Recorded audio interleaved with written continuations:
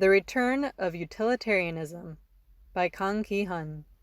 Jeremy Bentham adhered to his philosophy even after death. His will was to use his body for dissection and then to preserve it for public interest instead of a burial.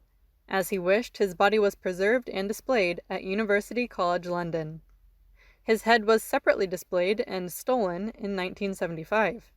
After the incident, his head is separately kept in storage. Having participated in the founding of University College London, Bentham is seated at the Student Center, greeting students today. The utilitarianism master's philosophy can be summed up as pleasure is the only good, while pain is the only evil. It is so-called quantitative utilitarianism. Until the last moment, Bentham was devoted to the utilitarianism he advocated. It was John Stuart Mill who developed Bentham's utilitarianism further. A proponent of qualitative utilitarianism, Mill asserted that it is better to be Socrates dissatisfied than a fool satisfied. He was discontent with qualitative pleasure. Birth of utilitarianism in England is closely related to the Industrial Revolution. The citizens that emerged from economic growth needed a philosophy to confront the aristocrats and elites. The purpose of morality is to procure the greatest happiness of the greatest numbers. Utilitarianism was a philosophical device to protect the majority from the elite few. The argument to represent the majority against the minority was intuitive and powerful.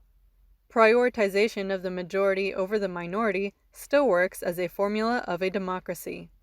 Actually, the history of race, women, and sexual minority was a process of fighting against utilitarianism.